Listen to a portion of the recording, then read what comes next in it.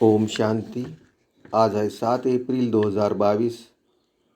आज सदगुरुवार के दिन हमारे प्यारे प्यारे बाबा हमें प्यारे प्यारे बच्चों को मधुबन से प्रातः मुरली में बहुत वरदान दे रहे हैं, बहुत मेन पॉइंट्स बता रहे हैं। आज की मुरली में बाबा हम बच्चों को मेन पॉइंट में कहते हैं, कलयुग में रावण की जंजीरों में सब बंधे हुए हैं, वो जीवन बंधे हैं, उन्हें जीवन मुक्त बनाना है। और बाबा आज ये भी कहते हैं कि आप ब्राह्मणों के साथ सब मनुष्यों को जीवन मुक्त का वर्षा मिलता है। आप ब्राह्मणों को 21 जन्म के लिए जीवन मुक्ति का वर्षा मिलता है। हर एक को स्वर्ग के सुख नहीं मिलेंगे, लेकिन उसके लिए ब्राह्मण बनना पड़े।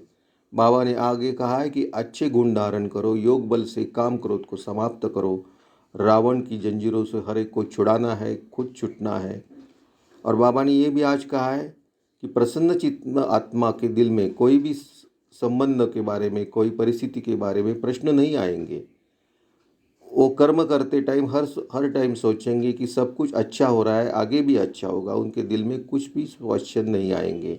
और आज बाबा ने ये भी कहा है कि मेहमान समझकर कर्म करो तो महान और महिमा योग्य बन जाएंगे। तो देखो आज बाबा ने कितने अच्छे वरदान दिए, अच्छे पॉइंट्स बताए।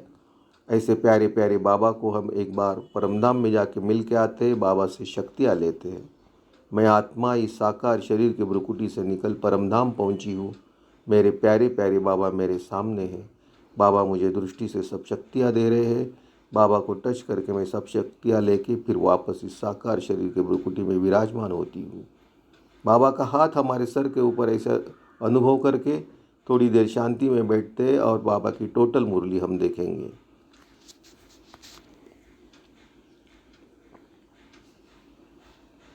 आज बाबा मुरली के सार में हम बच्चों को कहते हैं, इस कलयुग में सब रावण की जंजीरों में बंधे हुए जीवन बंद है। इस कलयुग में सब रावण की जंजीरों में बंधे हुए जीवन बंद है। उन्हें जीवन मुक्त बनाना है, उन्हें हमें जीवन मुक्त बनाना है। आगे बाबा प्रश्न उत्तर में हम बच्चों को कहते हैं कि जीवन मुक्त बनने का वर्षा सभी को मिलता है। आगे बाबा ने कहा, तुम ब्रह्मा की औलाद ब्राह्मण बनते हो, इसलिए तुम्हें 21 जन्मों के लिए जीवन मुक्ति का वर्षा मिलता है। बाकी सबको अपने अपने धर्म में पहले जीवन मुक्ति अर्थात सुख फिर दुख मिलता है। बाबा कहते हैं हर एक आधा समय सुख और आधा समय दुख भोगते हैं। बाकी हर एक स्वर्ग के सुख नहीं भोग सकते। उसके लिए ब्राह्मण बनना पड़े, पाठशाला में शिक्षा लेनी पड़े, माया पर विजयी पानी है। सुख पाने के लिए ब्राह्मण बनना पड़े, पाठशाला में शिक्षा लेनी पड़े और माया पे विजय पानी है। आगे बाबा ने कहा है कि ऐसे नहीं कि सत्युग में नहीं आते तो जीवन मुक्त नहीं कहला सकते। पहले जो भी आते हैं अपने धर्म में वो जीवन मुक्ति में है। हर चीज़ नई से पुरानी होती है, पुरानी से फिर नई बनती है। आगे बाबा ने कहा कि विनाश सामने खड़ा है। जो नए आएंगे फिर भली कलयुग में आए, परंतु आते ही दुख नहीं भोगेंगे। जरूर उनका कहा अच्छा ही मान होगा। मुक्तिधाम से हमेशा पहले जीवन मुक्ति में जाना होता है, पहले उसका मान होगा और जरूर उनको कहा अच्छा ही मान होगा और मुक्तिधाम से हमेशा पहले जीवन मुक्ति में जाना होता है। आगे बाबा ने कहा कि पत्र भी लिखते हैं, बाबा रावण का भूत सताता है, कभी काम का कभी क्रोध का, हल्का नशा आ जाता है। तो उसके लिए बाबा कहते हैं इन पर विजय पानी है, विकारों पे हमें विजय पानी है। ये तुम्हारी लड़ाई है कि योग बल की। आगे बाबा ने कहा कि शांति के शौकीन तो बहुत है, तुम्हारे सुख से भी उन्हों को शांति ज़्यादा मिलती है। शांति के शौकीन बहुत है, इसलिए उन्हें शांति ज़्यादा मिलती है। तुमको फिर सुख और शांति दोनों मिलते हैं। यहाँ सुख है अल्पकाल का, शांति तो यहाँ होती नहीं। आगे बाबा ने कहा दुखधाम है ना, बाकी जंगल में जाकर बैठ जाना वह कोई शांति थोड़े ही है। आगे बाबा ने कहा है मनुष्य समझते हैं कि साइंस बड़ी तीखी है, हम कहते हैं हमारी साइलेंस बहुत तीखी है। मनुष्य साइंस को तीखी कहते, हम कहते हैं हमारी साइलेंस सबसे तीखी है। आगे बाबा ने कहा कि तुम्हारा नाम बाला है, शिवशक्ति सेना। हमारा नाम शिवशक्ति सेना है। तुम्हारा नाम इस ड्रामा में पिछाड़ी को बहुत ऊंचा होना है। पिछाड़ी में हमारा नाम बहुत ऊंचा हो जाएगा। जब से बाप आया है तो माताओं का मर्तबा दुनिया में भी बहुत ऊंचा हुआ है। माताओं का मर्तबा बहुत ऊंचा हुआ है। आगे बाबा ने कहा वैसे कन्याओं का कन्हैया गाया हुआ है। वास्तव में तुम सब कन्याएं हो, हम सब कन्या है। तुम्हारा यह नया जन्म है। बाकी पढ़ाई में नंबरवार है। आत्मा छोटी बड़ी नहीं होती है, शरीर छोटा बड़ा होता है। आत्मा छोटी बड़ी नहीं होती, शरीर छोटा बड़ा होता है। कोई झट समझ जाते किसकी तकदीर में नहीं है तो समझ नहीं सकते। बाबा कहते किसकी तकदीर में नहीं है तो नहीं समझ सकते।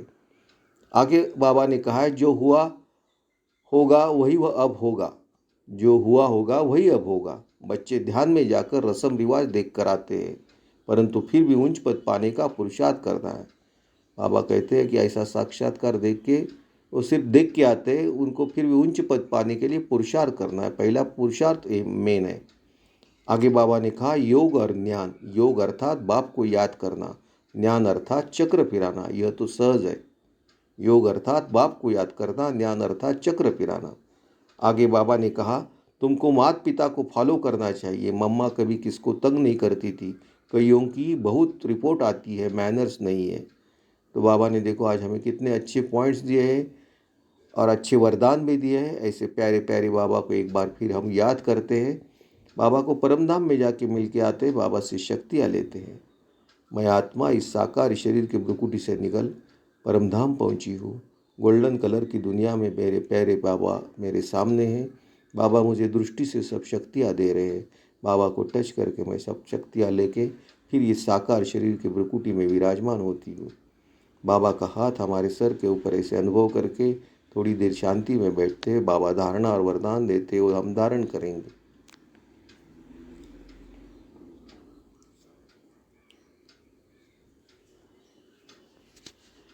बाबा धारणा के फर्स्ट पॉइंट में कहते हैं कोई भी उल्टी चलन नहीं चलनी है। उल्टी चलन हमें नहीं चलनी है, अच्छे गुण धारण करने हैं। माता पिता को फॉलो करना है, माता पिता को फॉलो करना है। और सेकंड पॉइंट में बाबा धारणा में कहते हैं योग बल से काम क्रोध के हल्के नशे को भी समाप्त करना है। काम क्रोध के हल्के नशे को हमें योग बल से समाप्त करना है।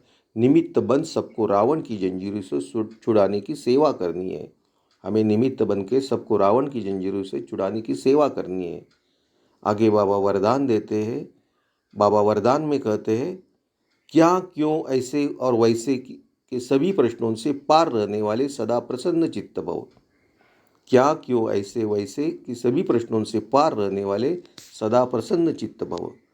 बाबा प्रसन्न चित्त किसको है वो कहते हैं वरदान में। बाबा वरदान का एक्सप्लेनेशन देते हैं जो प्रसन्न चित्त आत्माएं हैं वे स्व के संबंध में, प्रसन्न चित्त आत्माएं स्व के संबंध में व सर्व के संबंध में, स्व के संबंध में सर्व के संबंध में प्रकृति के संबंध में किसी भी समय किसी भी बात में संकल्प मात्र भी क्वेश्चन नहीं उठाएंगे।